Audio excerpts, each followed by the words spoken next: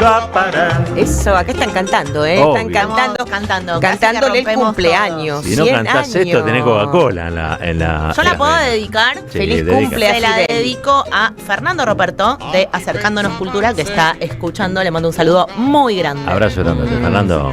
Sí. ¿Quién canta? Carlos Puebla. ¿Y se llama? Muy bien. Y entonces llegó Fidel, ¿no? Ya Se llama así. ahora, y entonces llegó Fidel. Yo se lo no. puedo dedicar a mis amigos de la ¿Se adolescencia. acuerdan de la imagen Gustavo de Diego López. cantando esta canción? Sí. ¿Cómo? A mí me emociona mucho. Diego, Armando Maradona, sí, me pongo de pie, hermoso. cantando la canción. Llegó el comandante y Diego mandó a cantando parar. la marcha y el Diego cantando esta canción son mis dos momentos épicos de Maradona por fuera de la cancha, ¿no? ¿A quién se lo quería dedicar? ¿Gustavo López? A Gustavo López, que no es Gustavo López de Forja, es otro que en la adolescencia, mientras mi madre y padre eran peronistas, él me metía también un poquito ahí. Le tiró los galgos, digamos todo.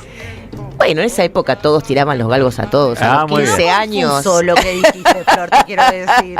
El recorte Fue posible fue confuso. Claro, Fue o sea, antes de Lennon igual es esto. Antes de Lennon, todo Antes esto de ya prescribió. No, prescribió, estoy con la palabra proscripta, mira. En fin, vamos. Vamos con nuestro homenaje a Fidel Castro Ruz, comandante legendario. Se cumplen 100 años, un siglo cumplirá hoy Fidel.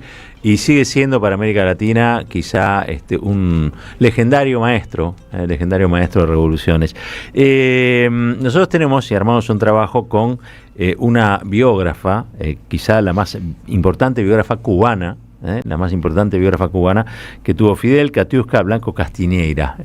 Gracias a gestiones de nuestro compañero Vidal hemos llegado a ella. Hay mucho, no podemos sacarla como entrevista porque a veces se corta la luz. Bueno, hay una serie de inconvenientes hoy, producto precisamente del imperialismo estadounidense y por el bloqueo allí en Cuba. Pero sí, le pudimos ir mandando algunas preguntas y ella nos contestaba. Y cuando retornaba la electricidad, viajaba a través de todo el continente su respuesta. Así que, Katiuska Blanco Castiñeira, biógrafa cubana de Fidel, le preguntamos para ella qué era Fidel, y ella nos decía lo siguiente: ejemplo, ser excepcional, genio político revolucionario de dimensión universal, alguien en quien reconozco las virtudes morales, la alta condición de la sensibilidad y también la determinación revolucionaria para llevar adelante las causas justas y nobles que animaron su lucha, la causa del pueblo de Cuba, la causa de nuestra América, la causa de los pueblos del mundo, la nobleza de sus ideas, de los principios de los cuales nunca se apartó, lo convierten en un paradigma de la historia, inspirado en los próceres de nuestra independencia, próceres también como Emiliano Zapata, Pancho Villa, el padre Morelos y todos los que en un momento de la historia definieron sus vidas al lado de la causa independentista, de la causa de la soberanía de los pueblos y en el caso de Fidel también de la causa de la justicia social, apetrechado con las herramientas que dan las doctrinas revolucionarias avanzadas de nuestro tiempo. ¿Y qué es Fidel para Latinoamérica?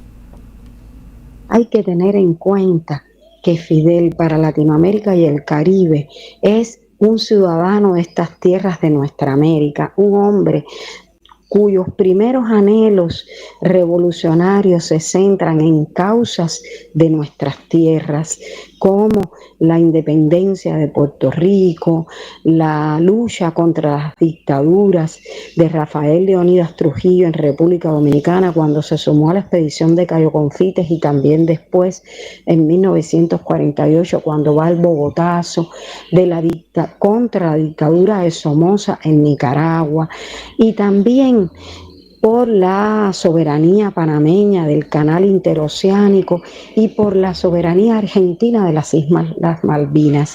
Desde ahí, Fidel es alguien que proyecta las causas de nuestros pueblos con un respeto extraordinario hacia nuestras culturas originarias, con una denuncia persistente del genocidio que implicó la conquista de nuestras tierras, cómo se aplastaron nuestras culturas, nuestros pueblos, las lenguas originarias, sus costumbres, su cosmovisión de la vida y de la tierra. ¿Y cuál es el legado que nos deja Fidel Castro a 100 años de su nacimiento?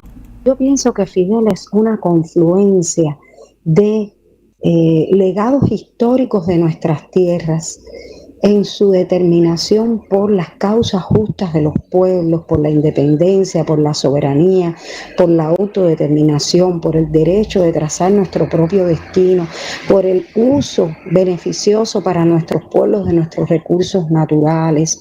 En todo ello es la determinación de Fidel de luchar, lo que yo destaco mucho. Además de que estaba movido por un afán extraordinario de hacer la vida de las personas en plenitud de la dignidad y de la felicidad. Es decir, es su profundo humanismo lo que lo mueve a sus luchas. Luego, también es un hombre que se pertrecha, que utiliza como herramienta esencial las armas, pero también las ideas.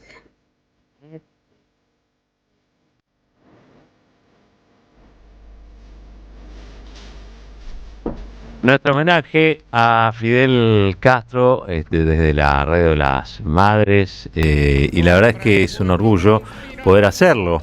Pocas radios en la Argentina quizá se puedan dar este lujo a esta hora y en este momento. Nosotros lo podemos hacer, y eso es gracias también a nuestras queridas madres.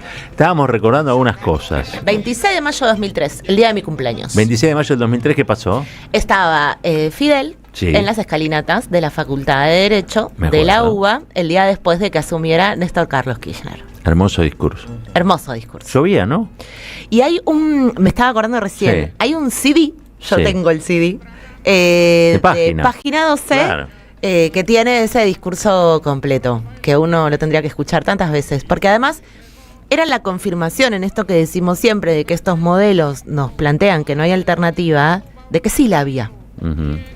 Y de que eso que uno había visto siempre como, ¿no?, ese verdadero faro que estaba en el Caribe y que representaba a Cuba y que representaba a Fidel y su lucha para por lo menos mi generación, sobre todo en los 90, digo, esta discusión de el momento en el que Che se convierte en remera, pero no vaciado de significado, sino más bien como un ejemplo de lucha. Ese momento de Fidel, ¿no?, parado ahí en Argentina, viniendo a la asunción de Néstor Kirchner, era un antes y un después, era un parteaguas. Totalmente. Bueno, también hay que reconocer en Cuba una trinchera para Latinoamérica, ¿no? Durante todo ese tiempo, Latinoamérica pudo establecer, hoy hablamos del Departamento de Estado y los Estados Unidos, una situación geopolítica gracias a Cuba que pocas veces Latinoamérica le agradeció a Cuba, del modo en que Cuba merece, ¿no? Y la verdad es que yo siempre recuerdo esa posibilidad, esa chance, esa visita de Fidel acá también, bueno, obviamente, enraizaba el proceso abierto en la Argentina, digamos, con una tradición militante y revolucionaria. Viste que ahora la palabra revolución tiene poca prensa, pero a mí me gusta porque cuando se habla de situaciones revolucionarias hay que mencionarla esa palabra, si no la puedes describir. ¿Qué vas a decir? Revuelta, vas a decir, no, en esa situación estamos hablando de un líder que le dio la oportunidad a la Argentina, pero sobre todo a América Latina, de pensarse de otro modo, y que tuvo, nada más que en un argentino, que fue Ernesto Che Guevara, un aliado fundamental en esa pelea. La derecha le pega a Fidel en Argentina, la ultraderecha le pega a Fidel en Argentina, por lo tanto nosotros tenemos que hacer lo contrario, ver qué tiene de bueno Fidel para que la ultraderecha le pegue, ¿no? Y no negarlo. También reconocer que fue Cuba la que le dio también a Cristina la posibilidad de atender un asunto familiar muy sensible, y eso se reconoce también, ¿no? Porque yo creo que también Cristina encontró allí un refugio en un momento en que la estaban atacando muchísimo aquí en la Argentina, como sigue sucediendo. como sigue sucediendo. Cuando uno ve lo que hoy sucede en Cuba, bueno, ahí ve un pueblo que resiste, pero también un pueblo muy castigado, ya durante décadas, muy, muy castigado. Los bloqueos se hacen precisamente para castigar a esos pueblos y domarlos, ¿no? Domesticarlos, tratar de que agachen la cabeza. Tengo para mí que son un hueso duro de roer y eso vale la dignidad para toda América. Ojalá algún día podamos tener un poco de ese pueblo cubano. Nosotros tenemos lo nuestro, tampoco es que nos vamos a tirar abajo de la alfombra, pero la resistencia, la tenacidad, el estoicismo, caramba, porque Argentina es un país rico y uno le da bronca que esté empobrecido, pero Cuba es una isla que no tiene tantos recursos, el mayor recurso que tiene es su pueblo, y por eso casi siempre aparecen en el resto del mundo y llevan sus médicos y llevan sus científicos y han hecho una exportación de humanidad que creo que, insisto, es pocas veces reconocido como se debe, como se merece. Bueno, esa dignidad es tal vez la que genera en estos gusanos que viven en Miami. Yo no creo que sea casualidad que hoy el Departamento de Estado esté conducido por precisamente Marco Rubio, vuelvo a decirlo, Peter Lamelas, hablábamos de Cabrera, el embajador en Panamá, son segunda generación, la mayoría de ellos no son nacidos en Cuba y son quienes más se empeñan en señalar la necesidad de destruir, porque están en la destrucción de esa Cuba digna. Obvio. Está la confirmación de que no se puede decirle que no al imperio. Por eso es tan importante defenderla. Uh-huh. Desde ese lugar. Y recuerdo a Milei, ¿no? Durante la pandemia, yendo a movilizaciones que se armaban en la puerta de la embajada de Cuba, pidiendo por Cuba libre. Para que sigamos pensando en las raíces que tiene este proyecto actual que nos gobierna en representación de los intereses de los Estados Unidos. Totalmente. Vamos bueno, nos tenemos que empezar a ir, porque ya arranca en un ratito el pase. Gracias, Vale. Un mega pase, además. Mega pase porque vienen el señor Amado Vudú y el señor Artemio López. Vamos a estar con La García